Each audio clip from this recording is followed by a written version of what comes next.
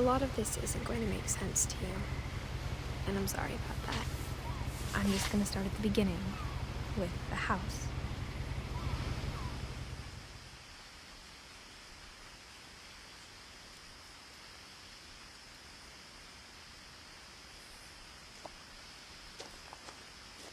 My brother Milton disappeared when I was 4. It was like the house just swallowed him up.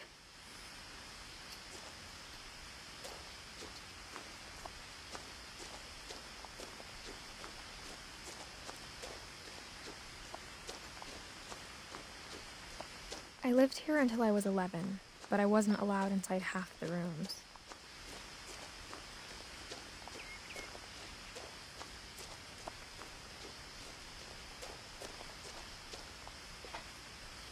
Inside the mailbox were bills from 7 years ago, marked urgent, open immediately.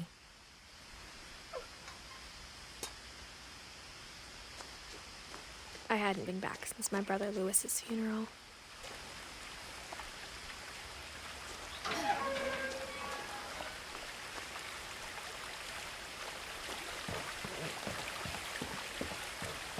In her will, my mother left me a key, but didn't tell me what it unlocked. Maybe she thought I'd know, or she thought that the mystery would be enough to bring me back.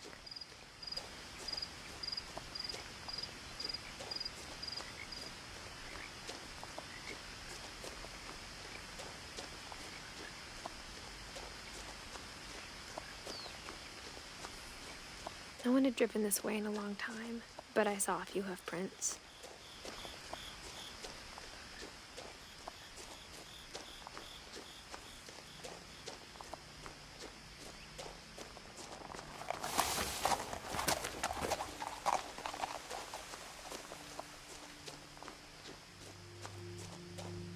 The truth is, even after I inherited the house, I never thought I'd come back to it.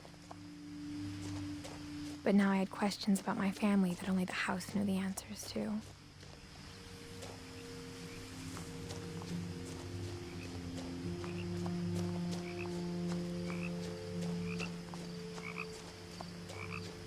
The house was exactly like I remembered it, the way I'd been dreaming about it.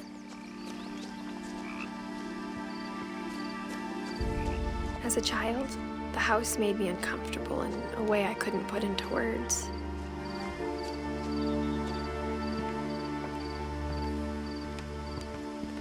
Now, as a 17-year-old, I knew exactly what those words were. I was afraid of the house.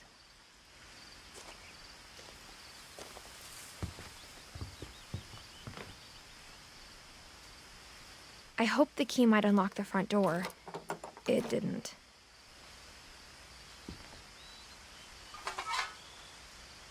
Looking in, I felt like the house itself had been waiting for me.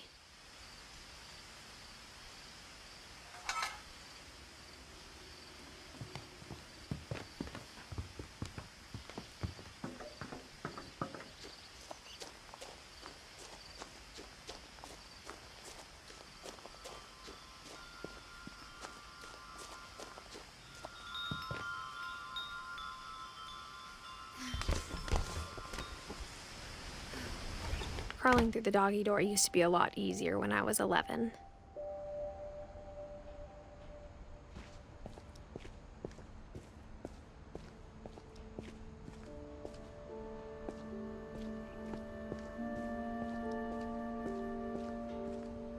For the first time in years, I felt like I was home. But instead of a family, there were just memories of one. Like how after Lewis started working at the cannery, we all got sick of eating salmon. Except our cat, Molly.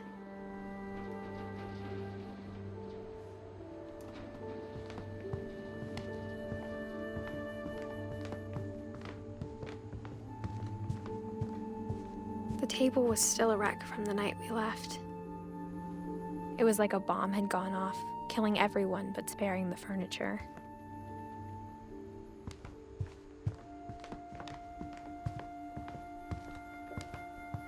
My mom was the only one of us who could imagine Great-Grandma Edie living in a nursing home.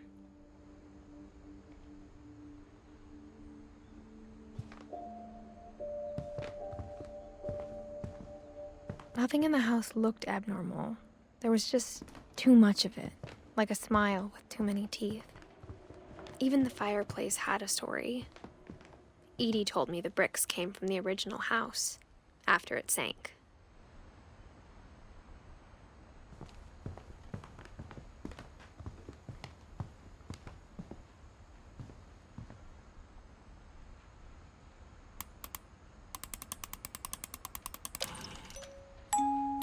Great-Grandpa Sven built a music box for Barbara, along with the rest of the house.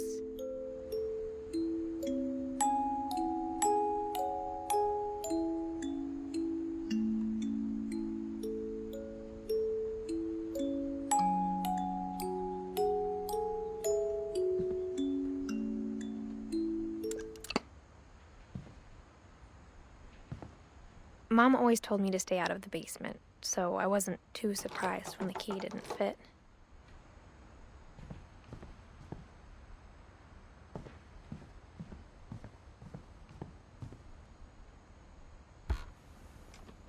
Edie told me once that every Finch who ever lived is buried somewhere in the library.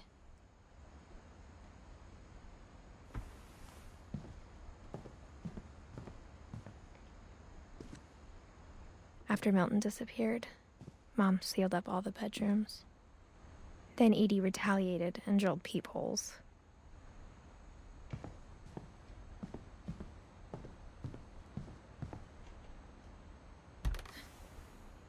Molly always seemed like a girl I could imagine being friends with, if she hadn't died in 1947.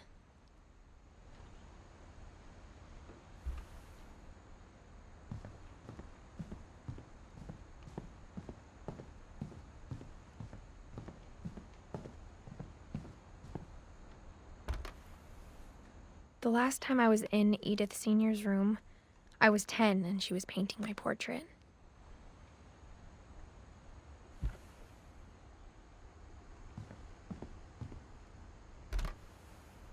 As a kid, I just assumed every house had peepholes and sealed rooms you weren't allowed inside of.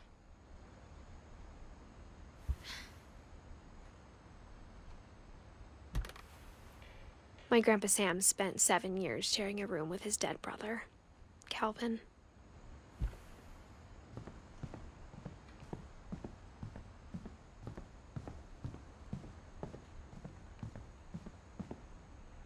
Edie's father, Odin, built the original house.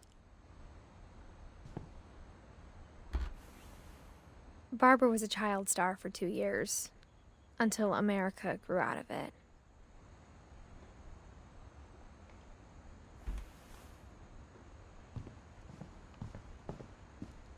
Mom must have locked the third floor stairs on the night we left.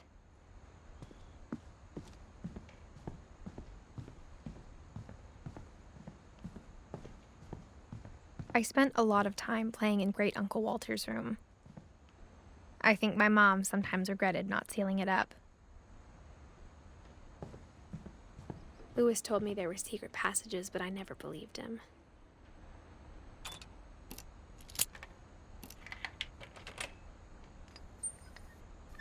Turns out, my mom was really good at keeping secrets. Now it was time to find out what my mom had been afraid of. From the paintings on the wall, it was clear my brother Milton had been here before me.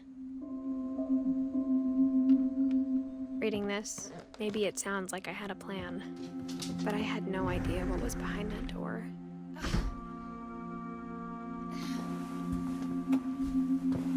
Just like I had no idea where all this was gonna lead.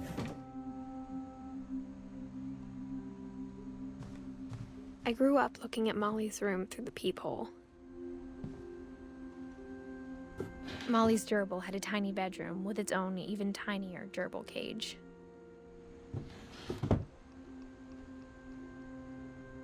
Being inside for the first time, I felt like I'd stepped behind a painting.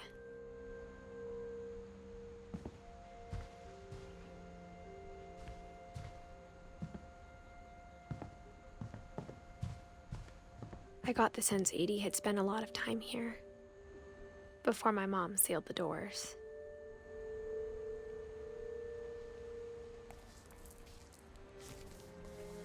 December 13th, 1947.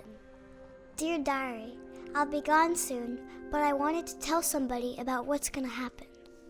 It started when Mom sent me to bed without dinner. I woke up and I was starving, so I looked around for something to eat.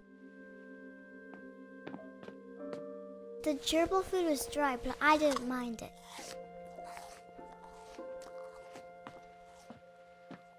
My Halloween candy was all gone. Mom, can I come out now?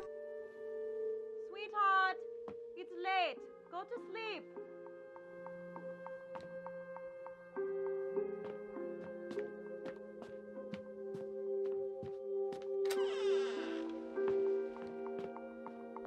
I kept eating and eating.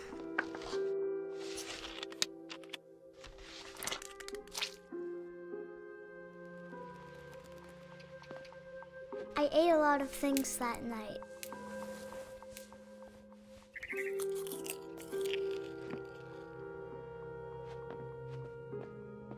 Then I heard chirping outside my window. I thought about eating Christopher, but I held back.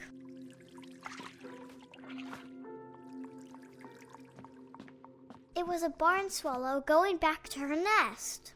I reached out for her.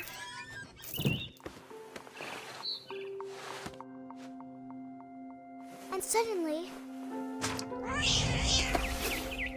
I was a cat.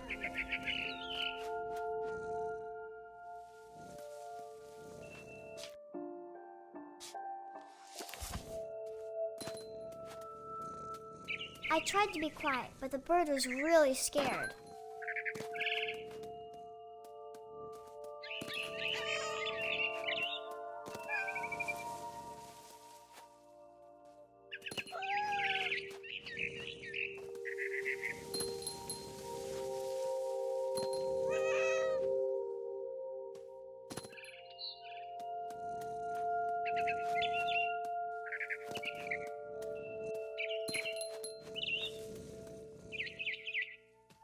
I jumped and I almost got her.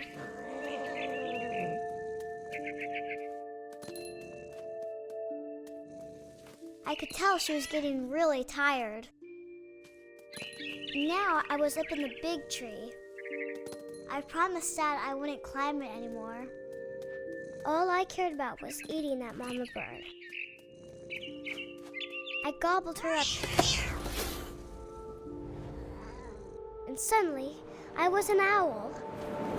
First, all I heard was the wind. Then I heard little teeth nibbling in the grass.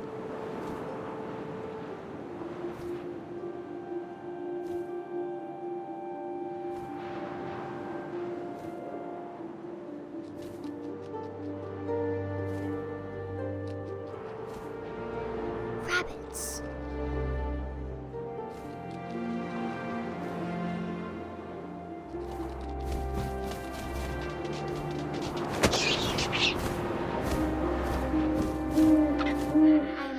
His face looking up and seeing mine through my talons. I swallowed him up, and I didn't chew one bit. Then I flew off to find something bigger.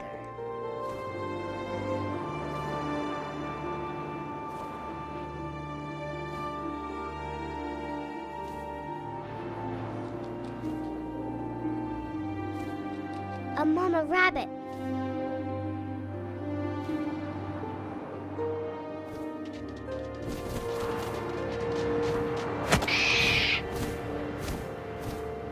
She was almost too big to carry. I started choking, but I couldn't stop eating.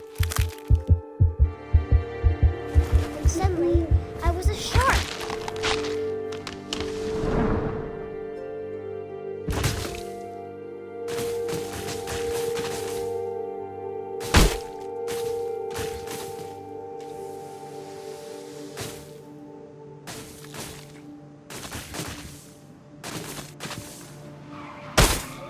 I rolled off a cliff and into the ocean.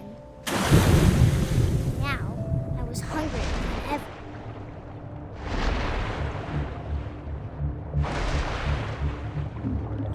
I wanted fat, juicy seals.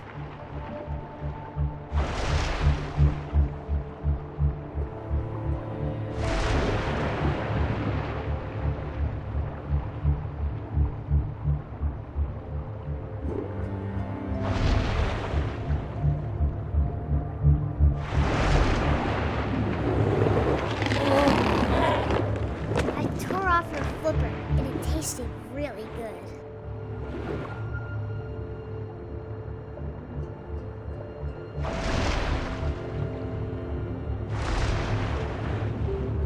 I grabbed on tight. When I was so hungry, I jumped out of the water. When I opened my eyes, everything had changed.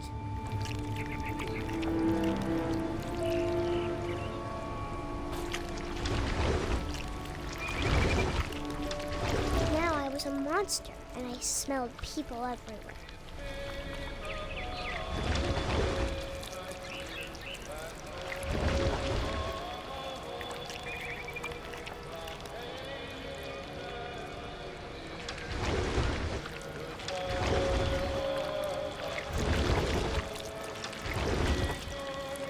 I was big, and I moved real quiet.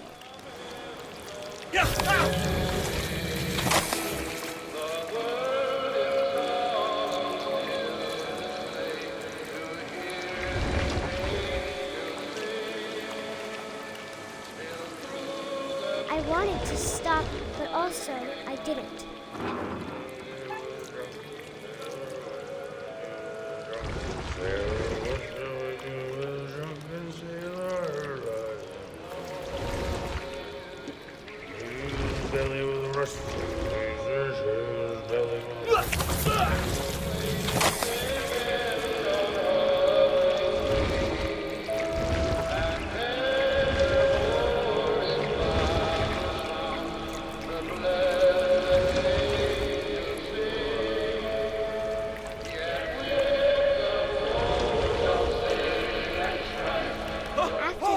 Passenger, I was still hungry.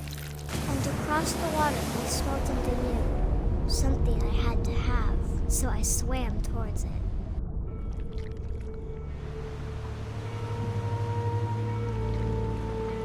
I slithered onto the sand, and the good smell went into an old pipe.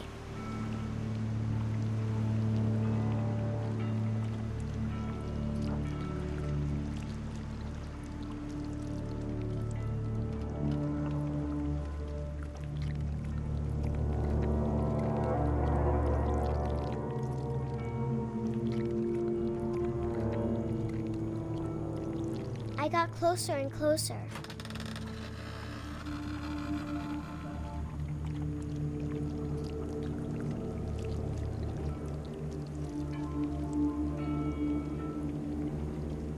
All of my stomach started growling. And suddenly, I was me again. I held my breath for a long time, but I couldn't hear anything. I think it's waiting for me to fall asleep.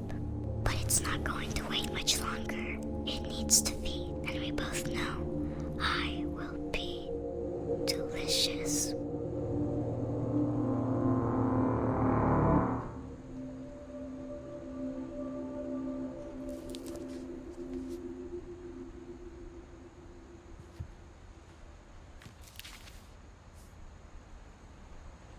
I'm not sure if I believed all of that, but I'm sure Edie would have.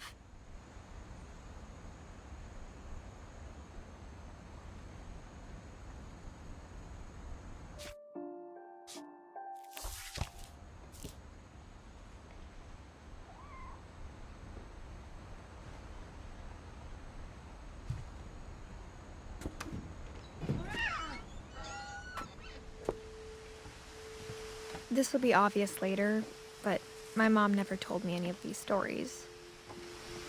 Edie would have, but Mom didn't like bringing up the past.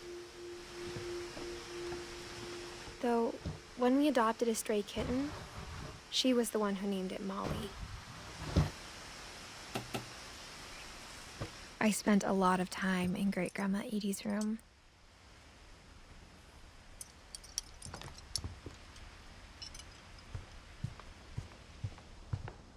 When Edie told people Sven was killed by a dragon, she could also have said he was building a dragon-shaped slide that collapsed.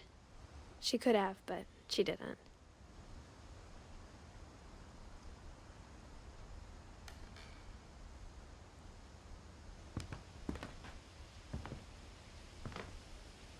One summer, they evacuated the island, but Edie refused to go. For a few weeks, she was a celebrity. I hadn't thought of myself as Edith Jr. for a long, long time. Edie gave a big interview about a mole man living under the Finch house. My mom was furious. Edie knit me a new pair of gloves every year, just in time to replace the old ones. Louis died a week before we left, but Edie had already started to memorialize him.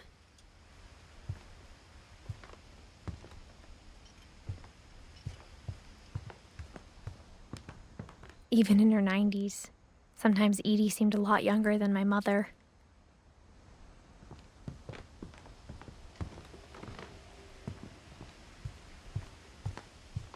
Her room was like a museum.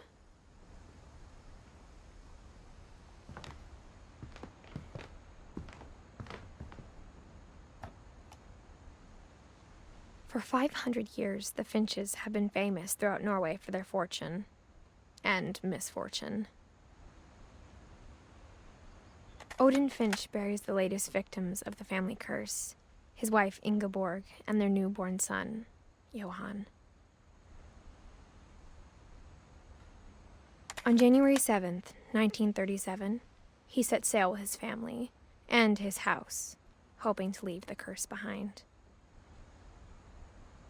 But 40-foot waves off the coast of Washington send the house and Odin to the bottom of the sea. Odin's daughter Edie, with husband Sven and baby Molly, step ashore on their new home, Orcas Island. Odin Finch is the first to be buried in the new family cemetery. His daughter Edie is already dreaming of a new Finch house.